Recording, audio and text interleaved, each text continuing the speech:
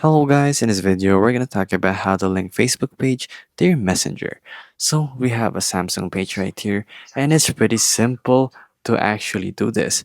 So all you have to do is grab the link right here on the top section, or if you're using your phone you can just get it right here. So I'm not signed in, but it's going to say copy link. There's a copy link button right there and you can copy the link and then you can paste it in your messenger so that you'll be able to send it to people, or you can actually link your page to your messenger itself.